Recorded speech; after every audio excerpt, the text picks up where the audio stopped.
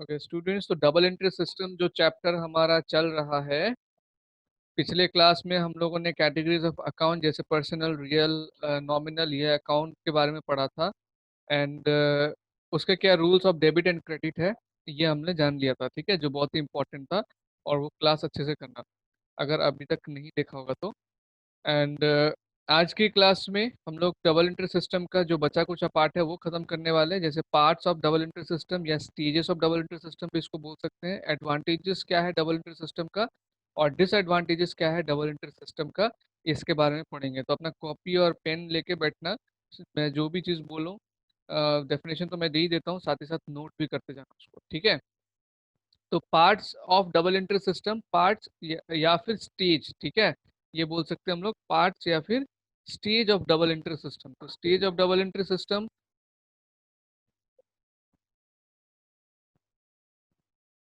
क्या क्या स्टेजेस है इसका, देखो तीन स्टेज है। ठीक है, डबल एंट्री सिस्टम का जो सिस्टम ऑफ रिकॉर्डिंग है, इसमें तीन स्टेज है। पहला स्टेज में क्या है, पहला स्टेज में है ओरिजिनल रिकॉर्ड, मतलब जहां पर हम लोग फर्स्ट टाइम किसी भी ट्रांजैक्शन को रिकॉर्ड करते हैं उसको कहते हैं ओरिजिनल रिकॉर्ड। और फर्स्ट टाइम जहां पर हम लोग ट्रांजैक्शन को रिकॉर्ड करते हैं उसको क्या कहते हैं, जर्नल, या फिर जर्नल के ही बहुत सारे पार्ट्स होते हैं जिसको कहा जाता है सब्सिडियरी बुक्स। ये भी हम बनाना सीखेंगे एंड सब्सिडियरी बुक्स भी हम बनाना सीखेंगे। ये सबको क्या कहा जाता है, ये सबको कहा जाता है books of original entry. Journal को या सब्सिडियरी बुक्स को कहा जाता है बुक्स ऑफ ओरिजिनल एंट्री। क्यों बुक्स ऑफ ओरिजिनल एंट्री कहा जाता है, क्योंकि जर्नल में या सब्सिडियरी बुक्स में जो है ओरिजिनल ट्रांजैक्शन यानी कि फर्स्ट टाइम जब ट्रांजैक्शन होता है तो सबसे पहले जो है जर्नल में या फिर सब्सिडियरी बुक्स में रिकॉर्ड किया जाता है। तो डबल एंट्री सिस्टम का पहला स्टेज क्या हुआ, ओरिजिनल रिकॉर्ड, जहां पर हम फर्स्ट टाइम रिकॉर्ड करते हैं। सेकेंड में क्या आएगा, क्लासिफिकेशन। जितना भी ट्रांजैक्शन होता है उसको हम लोग जर्नल या सब्सिडियरी बुक्स में डाल देते हैं। सब्सिडियरी बुक्स में या जर्नल में डालने के बाद उसको हम लोग क्लासिफाई करते हैं, अकाउंट को क्लासिफाई करते हैं कि कौन सा किस तरीके का अकाउंट है। जो जिस टाइप का अकाउंट होता है उसको फिर रेस्पेक्टिव लेजर में पोस्टिंग किया जाता है। दूसरा नाम आपको नया मिल रहा है लेजर। ठीक है, लेजर भी एक टाइप ऑफ बुक है जिसमें क्या करते हैं, जर्नल के बाद उसमें से ट्रांजैक्शन क्लासिफाई किया जाता है। जैसे अगर कैश रिलेटेड ट्रांजैक्शन है तो कैश वाले लेजर में चला जाएगा, फर्नीचर रिलेटेड ट्रांजैक्शन है तो फर्नीचर रिलेटेड लेजर में चला जाएगा। लेजर बेसिकली क्या है, जो अकाउंट हम बनाते हैं ना हर एक का सेपरेटली अकाउंट, वही होता है लेजर। ठीक है, तो इसमें क्या होता है, जितने भी financial transaction of similar nature, ये सबको एक जगह पे रिकॉर्ड करते हैं। जैसे फर्नीचर से रिलेटेड जितना भी ट्रांजैक्शन होगा वो फर्नीचर अकाउंट नाम के लेजर में चला जाएगा। जैसे फर्नीचर परचेज किया, सेल किया, जो भी चीज किया वो फर्नीचर अकाउंट नाम के, फर्नीचर अकाउंट इस तरह से लिखते हैं, फर्नीचर अकाउंट नाम के लेजर में चला जाएगा। लेजर मैंने दिखाया था किस तरीके का होता है, जो अकाउंट का फॉर्मेट दिखाया था ना, टी फॉर्मेट, ऐसे इस तरीके का। ऊपर में हम लोग नाम लिखते हैं, इधर डेबिट लिखते हैं, इधर क्रेडिट लिखते हैं। लेजर का फॉर्मेट जो है कुछ इसी तरीके का होता है। उसका और भी कॉलम्स होते हैं जो हम लोग लेजर जब एक्चुअल में करेंगे लेजर पोस्टिंग तब हम लोग सीखेंगे क्या क्या कॉलम है। ठीक है, तो फर्स्ट हो गया हमारा स्टेज, फर्स्ट स्टेज हो गया ओरिजिनल रिकॉर्ड, जब फर्स्ट टाइम हम रिकॉर्ड कर रहे हैं वो जर्नल एंड सब्सिडरी बुक में कर रहे हैं। उसके बाद जितना भी ट्रांजेक्शन हम फर्स्ट टाइम रिकॉर्ड करते हैं उसको क्लासीफाई कर लेते हैं, उसको अलग अलग सेपरेट कर लेते हैं, सेपरेट करके अलग अलग अकाउंट के अंडर पे उसको डाल देते हैं जिसको कहते हैं हम लोग लेजर। ठीक है, एंड लेजर में क्या होता है, किसी एक लेजर में पर्टिकुलर उसी टाइप ऑफ अकाउंट का ही ट्रांजैक्शन रहता है। जैसे अगर फर्नीचर अकाउंट बना रहे हैं तो यहाँ पर कोई दूसरा चीज का इन्फॉर्मेशन नहीं रहेगा, सिर्फ फर्नीचर से रिलेटेड इन्फॉर्मेशन ही रहेगा। इसलिए यहाँ पे लिखा है in this book all financial transaction of similar nature are collected at one place. ठीक है, उस तरह से कंप्यूटर रिलेटेड से जो भी ट्रांजैक्शन होगा जर्नल में रिकॉर्ड करने के बाद वो कंप्यूटर के अकाउंट में, कंप्यूटर के लेजर में चला जाएगा। वहां पर कंप्यूटर का लेजर खोलेंगे तो कंप्यूटर का सारा इंफॉर्मेशन मिलेगा। ठीक है, इसीलिए उसको कहा जाता है financial transaction of similar nature. ठीक है, तो ये सेकंड स्टेज हो गया डबल एंट्री सिस्टम का। थर्ड स्टेज क्या है, थर्ड स्टेज में होगा समरी। ठीक है, यहाँ पर क्लासिफिकेशन गलती से लिख दिया है, ये होगा summary.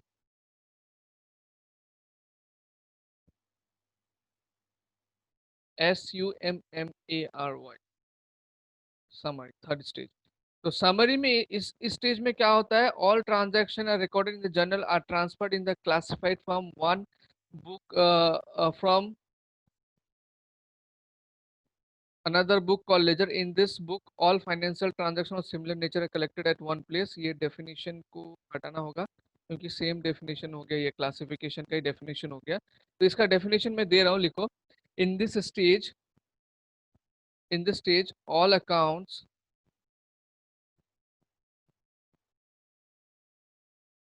in the ledger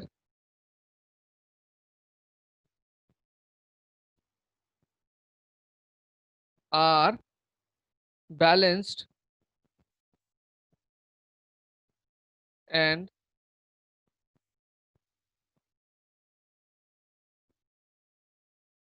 transferred to all accounts in the ledger are balanced and transferred to trial balance. ठीक है। इसमें हम लोग क्या करते हैं, जितने भी देखो जर्नल से हमने क्या किया, जर्नल से हम लेजर में डालते हैं, ये स्टेज इस तरह से याद रखना है।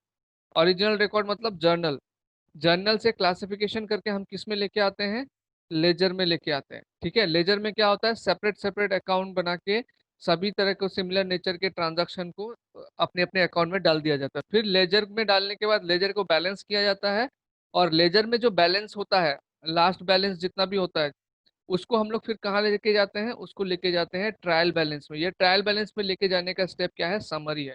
ट्रायल बैलेंस में एक्चुअली सभी अकाउंट का हमको समरी मिलता है कि किस अकाउंट में कितना बचा है। जैसे कैश का समरी में क्या पता चलेगा कि कैश का बैलेंस कितना बचा है। फर्नीचर का समरी में क्या पता चलेगा कि फर्नीचर में कितना वैल्यू बचा है।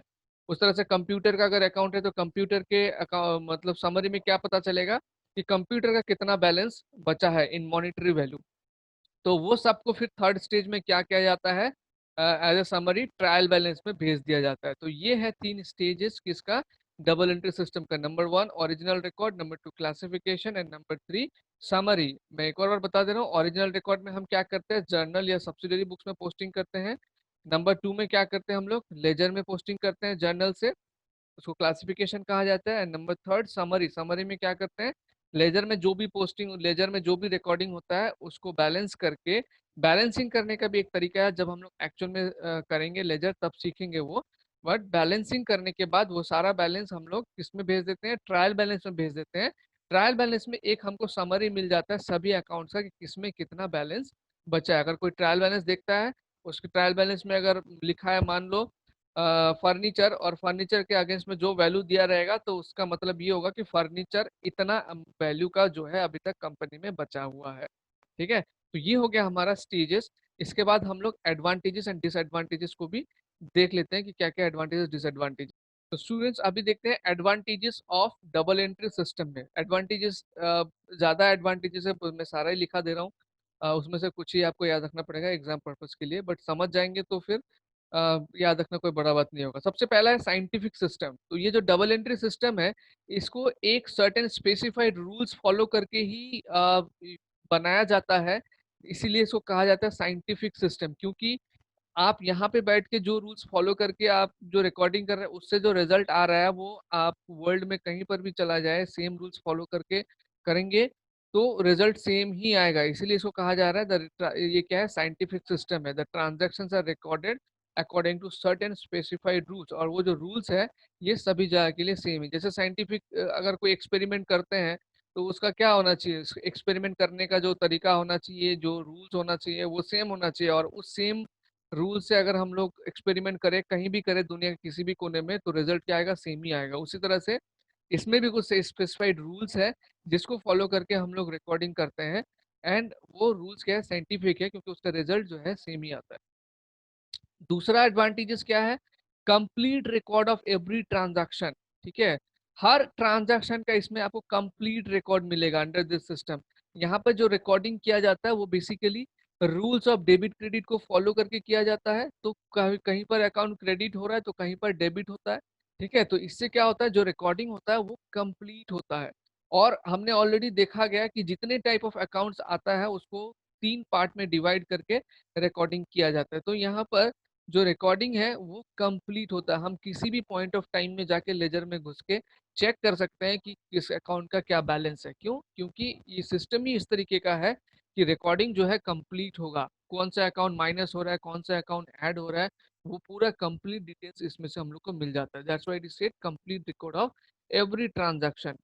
नाउ नेक्स्ट एडवांटेज देखो क्या है, प्रिपरेशन ऑफ ट्रायल बैलेंस। अब इसमें से इसका क्या एडवांटेजेस है, जब हम लोग ट्रायल बैलेंस प्रिपेयर करते हैं तो उसमें बेसिकली क्या क्या होता है, जो लेजर में जो बैलेंसेस होते हैं उसको डाल के प्रिपेयर प्रिपेयर किया जाता है ट्रायल बैलेंस को। ठीक है, हर एक लेजर अकाउंट का कुछ ना कुछ बैलेंस निकल के आता है, वो सारा बैलेंस को, अगर डेबिट बैलेंस है, ट्रायल बैलेंस एक स्टेटमेंट की तरह है। ठीक है, उसमें दो कॉलम होता है, debit and credit. Debit column में डेबिट वाला बैलेंसेस लिखा जाता है, क्रेडिट कॉलम में क्रेडिट वाला बैलेंसेस लिखा जाता है। और ट्रायल बैलेंस में हमेशा ही ये होगा कि debit side of trial balance will always be equal to the credit side. क्यों? क्योंकि जब हम लोग कोई भी ट्रांजैक्शन करते हैं तब सेम अमाउंट डेबिट भी होता है, सेम अमाउंट क्रेडिट भी होता है। ठीक है, amount of debit and amount of credit जो है हर स्टेज में इक्वल रहता है, इसलिए ट्रायल बैलेंस में जो डेबिट बैलेंस, डेबिट कॉलम में जो अमाउंट आएगा और क्रेडिट कॉलम में जो अमाउंट आएगा वो हमेशा इक्वल रहेगा। और ये इक्वल है या नहीं ये भी हम वेरीफाई कर सकते हैं ट्रायल बैलेंस प्रिपेयर करके। जब हम लोग लेजर से सारा बैलेंस ट्रायल बैलेंस में पोस्टिंग करते हैं और उसके बाद जब टोटलिंग करते हैं, टोटलिंग करने पे अगर डेबिट और क्रेडिट इक्वल नहीं आया, दैट मीन्स हम लोग को ये समझ लेना होगा कि कहीं ना कहीं कैलकुलेशन मिस्टेक हुआ है कोई ना कोई लेजर में। तब हमको वो ढूंढना पड़ेगा कि कौन सा लेजर में गलती हुआ है और उसको करेक्ट करना पड़ेगा, क्योंकि ट्रायल बैलेंस एक ऐसा बैलेंस है, इसका नाम ही है बैलेंस। ठीक है, कि जब भी हम लोग इसमें पोस्टिंग करेंगे सारा बैलेंस को, ऑटोमेटिक ट्रायल बैलेंस का डेबिट साइड और क्रेडिट साइड का टोटल जो है सेम है। अगर वो नहीं आता है, दैट मीन्स कहीं ना कहीं गलती हुआ है। दैट मीन्स ये डबल एंट्री सिस्टम का क्या हुआ, एक एडवांटेज हुआ प्रिपरेशन ऑफ ट्रायल बैलेंस, जिससे हमको पता लग जाता है कि हमारा अकाउंट्स में कहीं ना कहीं कैलकुलेशन में मिस्टेक है। ठीक है, इसके बाद और भी है एडवांटेजेस, देखो। नेक्स्ट एडवांटेज क्या है, knowledge of financial position of the business. क्योंकि यहाँ पे सभी सभी अकाउंट्स का, सभी सभी का, चाहे एसेट्स हो चाहे लाइबिलिटीज हो चाहे कैपिटल हो, उसके अंदर पे जितने टाइप्स ऑफ आपका मतलब अकाउंट आता है सभी का रिकॉर्ड रखा जाता है। एंड सभी का रिकॉर्ड रखने से हम क्या कर सकते हैं, कभी भी जो है चेक कर सकते हैं बिजनेस का फाइनेंशियल पोजीशन क्या है, क्योंकि प्रॉपर रिकॉर्ड रखा गया है। प्रॉपर रिकॉर्ड रखा होने से हम लोग क्या कर सकते हैं, उसको चेक करके देख सकते हैं बैलेंस है नहीं है या क्या स्टेटस है। इसीलिए कहा जा रहा है कि knowledge of financial position of the business मिल सकता है अगर हम लोग डबल एंट्री सिस्टम को फॉलो करें। ठीक है, होता क्या है, हम लोग जब कोई अकाउंट मेंटेन करते हैं यूजिंग लेजर, जैसे कि एसेट्स का, लाइबिलिटीज का, कैपिटल का, तो उसका जो भी बैलेंसेस आता है एक बार तो ट्रायल बैलेंस में जाता है जहां से वेरीफाई हो जाता है कि हमारा अकाउंटिंग सही है। उसके बाद लास्ट में at the end of the year वो, जैसे एसेट्स का बैलेंस हो गया, लाइबिलिटीज का बैलेंस हो गया, कैपिटल का बैलेंस हो गया, ये सारे को क्या किया जाता है, बैलेंस शीट नाम का एक स्टेटमेंट होता है उसमें ट्रांसफर किया जाता है। ये भी हम बाद में बनाना सीखेंगे कैसे इसको बनाते हैं, कि ये सबका अलग अलग चैप्टर है। तो बैलेंस शीट में जब हम एसेट्स, लाइबिलिटीज एंड कैपिटल का सारा इंफॉर्मेशन ट्रांसफर करेंगे, वो स्टेटमेंट हमको क्या दे देगा, एक क्लियर पिक्चर दे देगा कि कंपनी का जो फाइनेंशियल पोजीशन है कैसा है, वीक है ना स्ट्रांग है। क्योंकि बैलेंस शीट में सारा एसेट्स, सारा लाइबिलिटी, सारा कैपिटल का बैलेंसेस को लेके इसको प्रिपेयर किया जाता है। और ये किस प्रिंसिपल पे बेस्ड है, बैलेंस शीट जो है अकाउंटिंग इक्वेशन जो कि होता है assets is equal to liabilities plus capital, इस पे बेस्ड करके ये बैलेंस शीट बनता है। ठीक है, एक साइड में आता है एसेट, बैलेंस शीट का एक साइड में एसेट आता है और एक साइड में आता है लाइबिलिटीज एंड कैपिटल। तो जब भी हम लोग सारा एसेट्स का वैल्यू बैलेंस शीट में डालते हैं और लाइबिलिटीज और कैपिटल का बैलेंस डालते हैं तो दोनों साइड ऑटोमेटिक टैली करता है। ठीक है, ये रीजन है इसका। और इससे हम ये भी पता लगा सकते हैं कि कितना एसेट्स है बिजनेस के पास, कितना लाइबिलिटीज है और कितना कैपिटल है। ये चीज अगर पता लग जाता है तो इसका मतलब फाइनेंशियल पोजीशन पता लग जाएगा। ठीक है, और ये पॉसिबल कब होगा, जब हम लोग डबल एंट्री सिस्टम को फॉलो करके प्रॉपर सिस्टमेटिक रिकॉर्ड रखेंगे, यानी कि डबल एंट्री सिस्टम का ये एडवांटेज हुआ। Then next comes knowledge of various information. ठीक है, वेरियस इंफॉर्मेशन रिलेटेड टू एक बिजनेस में क्या क्या इंफॉर्मेशन चाहिए हो सकता है, जैसे सेल का इंफॉर्मेशन, परचेज का इंफॉर्मेशन, कितना अमाउंट ऑफ सेल हो रहा है पूरे साल में, कितना अमाउंट ऑफ परचेज हो रहा है पूरे साल में, डेटर्स कितने वैल्यू का है, क्रेडिटर्स कितने वैल्यू का है। जब आप बिजनेस करोगे आपको ये सब इंफॉर्मेशन का जरूरत रहेगा कि मेरे बिजनेस में सेल कितना हो रहा है, क्योंकि अगर आप ये चीज का खबर नहीं रखोगे तो पता ही नहीं चलेगा कि कब आपको लॉस होना शुरू हो गया। सेल कितना हो रहा है, मुझे परचेज कितना करना पड़ रहा है, मेरे डेटर्स कितना है, डेटर्स मतलब कौन होता है जिनसे मुझे पैसा कलेक्ट करना है, लेना है, मेरे डेटर्स कितने हैं, क्रेडिटर्स कितने हैं, क्रेडिटर्स मतलब जिनको मुझे पे करना है, मैंने सप्लाई लिया हुआ है और मुझे बाद में पे करना है, मेरा क्रेडिटर्स कितना है, एक्सपेंसेस कितना किया है मैंने बिजनेस में, क्या क्या टाइप्स ऑफ एक्सपेंसेस बोले तो जैसे रेंट एक एक्सपेंस हो गया, सैलरी एक एक्सपेंस हो गया, वेजेस एक एक्सपेंस हो गया, इलेक्ट्रिसिटी बिल एक्सपेंस हो गया, इस तरह के नंबर ऑफ एक्सपेंसेस हो सकते हैं। तो मेरे बिजनेस का सेल कितना हो रहा है, परचेज कितना हो रहा है, डेटर्स कितना है, क्रेडिटर्स कितना है, एक्सपेंसेस कितना है, टाइप्स ऑफ एक्सपेंसेस, अमाउंट कितना पे किया मैंने किसको, अमाउंट कहाँ से कितना मेरे को मिला, ऐसा वेरियस बहुत तरीके का इंफॉर्मेशन मुझे मिल सकता है अगर मैंने डबल एंट्री सिस्टम फॉलो करके अकाउंटिंग किया। क्योंकि उसमें क्या होता है कि हर एक टाइप ऑफ अकाउंट को जो है कैटेगराइज किया हुआ है, पर्सनल अकाउंट में, रियल अकाउंट में, नॉमिनल अकाउंट में, and accordingly rules of debit credit follow करके पूरा का पूरा रिकॉर्ड रखा जाता है। तो कभी भी हम लोग चाहे कोई भी इंफॉर्मेशन जो है बुक से निकाल सकते हैं। बुक मतलब वो जो अकाउंटिंग है उसको बोलते हैं, बुक्स के हम लोग निकाल सकते हैं। तो इसीलिए ये भी एक बहुत इंपॉर्टेंट एडवांटेज है, knowledge of various information. Now next, lesser possibility of fraud. यहाँ पे फ्रॉड करने का चांसेस जो है बहुत ही कम रह जाता है, क्योंकि हर एक ट्रांजैक्शन का रिकॉर्डिंग आप ध्यान दोगे तो दो जगह पे होगा।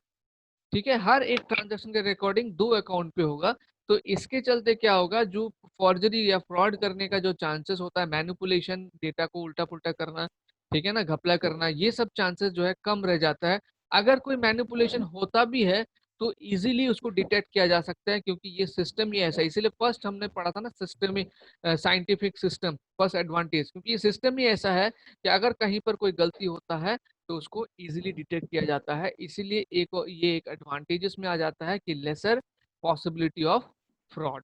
ठीक है ना, और भी क्या क्या एडवांटेजेस है देखो। Comparative study. अब कंपैरेटिव स्टडी कर सकते हैं कौन, जो मैनेजर्स है या फिर जो ओनर है, वो क्या कर सकते हैं, बिजनेस का कंपैरेटिव स्टडी कर सकते हैं। कैसे कर सकते हैं कंपैरेटिव स्टडी, क्योंकि एवरी ईयर वो लोग हर एक चीज का रिकॉर्ड रखते हैं। मान लो हम देखना चाहते हैं कि इस साल पिछले साल के कंपैरिजन में कितना सेल बढ़ा है या घटा है, तो आराम से कर पाएंगे। कैसे कर पाएंगे आराम से, हम पिछले साल का सेल का डेटा निकाल लेंगे, सेल का वो बुक्स ऑफ अकाउंट से पिछले साल का निकाल लेंगे, और इस साल भी हमने रिकॉर्ड कर रखा है, तो दोनों का आराम से कंपेयर कर पाएंगे। तो यही चीज बोलना चाह रहे हैं कंपैरेटिव स्टडी में, कि all types of accounts are maintain separately, क्योंकि सभी टाइप्स ऑफ अकाउंट जो सेपरेटली मेंटेन किया रहता है। जो मैनेजर्स है या मैनेजमेंट या ओनर, कुछ भी बोल सकते हैं आप, वो लोग क्या कर पाएंगे, कंपैरेटिव स्टडी कर पाएंगे और ये डिसाइड कर पाएंगे कि बिजनेस अच्छा चल रहा है या नहीं चल रहा है। अब मान लो कुछ रिकॉर्ड में नहीं रखा, लिख के नहीं रखा, ऐसे ही बिजनेस किए जा रहे हैं, तो पिछले साल इस वक्त तक कितना प्रॉफिट हुआ है, ये अगर पता करना होगा तो ऐसे सर खुजाने लगेंगे कि याद ही नहीं आएगा, है ना। लेकिन अगर प्रॉपर रिकॉर्ड रखा हुआ है डबल एंट्री सिस्टम को फॉलो करके, तो क्या करेंगे, सोचने का जरूरत नहीं होगा, फटाफट पिछले साल का अकाउंट्स निकालेंगे, देखेंगे कि अगस्त महीने तक कितना प्रॉफिट हुआ था या कितना सेल हुआ था, कितना परचेज हुआ था, और इस साल से कंपेयर कर लेंगे और पता चल जाएगा कि बिजनेस बढ़ रहा है या घट रहा है। तो इसका मतलब डबल एंट्री सिस्टम से अगर हम रिकॉर्डिंग करते हैं तो हम खुद के ही बिजनेस का एक कंपैरेटिव स्टडी कर सकते हैं कि हमारा बिजनेस ग्रो कर रहा है या फॉल कर रहा है। ठीक है, तो ये एक एडवांटेजेस हो गया। नेक्स्ट एडवांटेज हो गया, helps management in decision making. Management को डिसीजन मेकिंग में हेल्प करेगा। मैनेजमेंट कैसे डिसीजन मेकिंग में हेल्प करेगा, मान लेते हैं कि मैनेजर्स देखना चाहते हैं कि किस केस में कितना ज्यादा एक्सपेंसेस हो रहा है या नहीं हो रहा है, तो वो लोग क्या करेंगे, पिछले साल का डेटा निकालेंगे, पिछले साल का अकाउंट्स निकालेंगे और इस साल का अकाउंट्स निकालेंगे, कंपेयर करेंगे। और कंपेयर करने के बाद जब कंपेरेटिव स्टडी एक्चुअली करते हैं, इसलिए है ये जो कंपेरेटिव स्टडी हमने अभी भी पढ़ा, ये इसलिए करते हैं मैनेजर्स ताकि कुछ सर्टेन डिसीजन लिया जा सके। जैसे मान लो एक्सपेंसेस का वो लोग कंपेरेटिव स्टडी कर रहे हैं, देखें कि सर्टेन टाइप ऑफ एक्सपेंसेस जो है बहुत बढ़ गया, पिछले साल वो कम था, इस साल जो है बढ़ गया, तो मैनेजर डिसीजन लेंगे कि कैसे उस एक्सपेंसेस को कम किया जाए।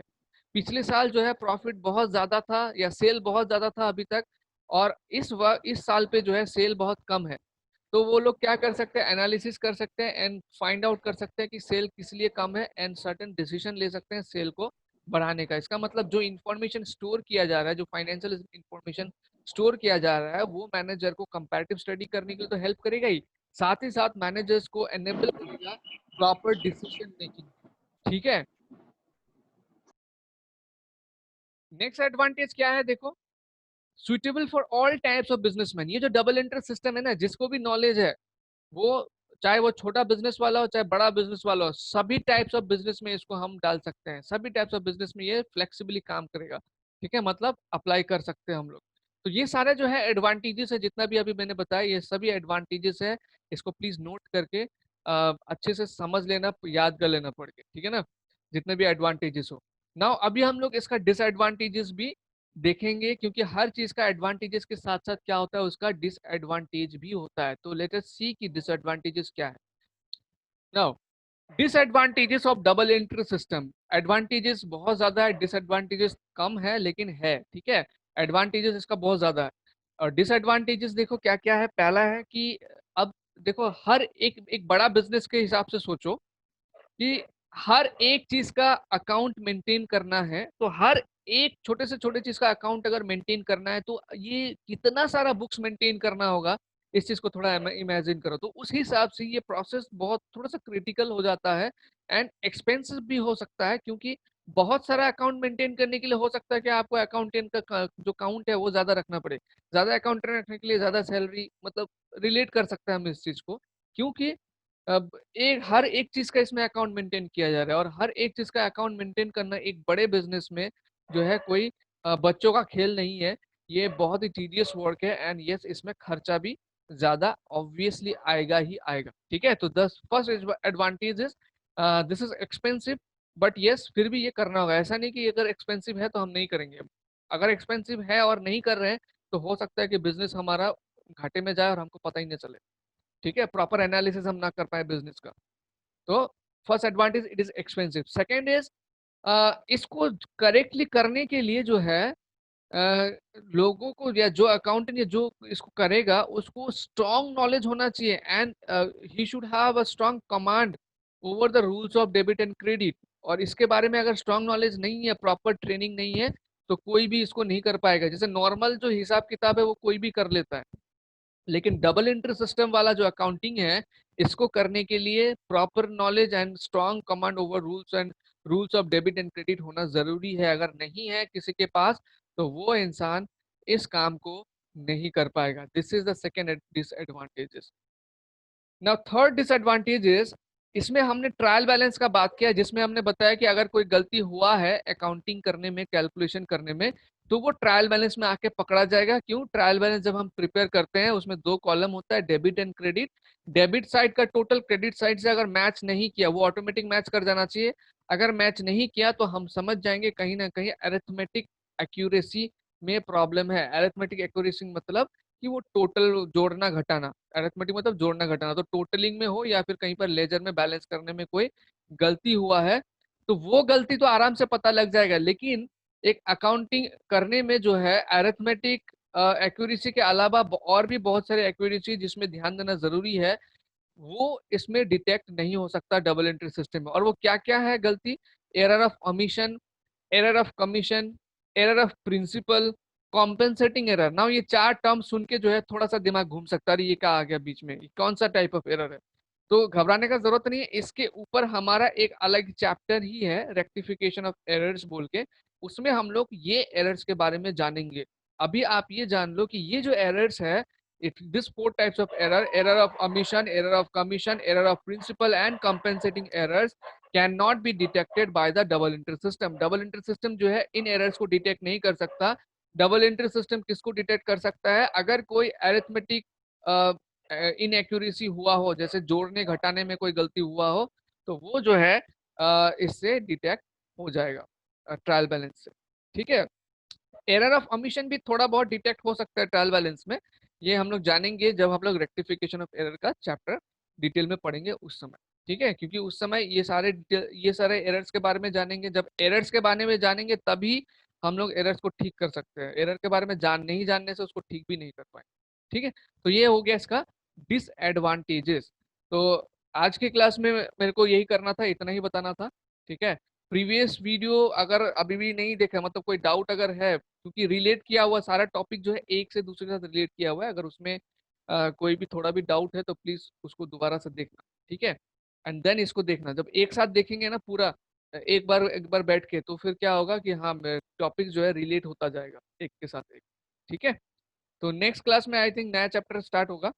अ, अगर कोई डाउट है तो मेरे से पूछो अभी।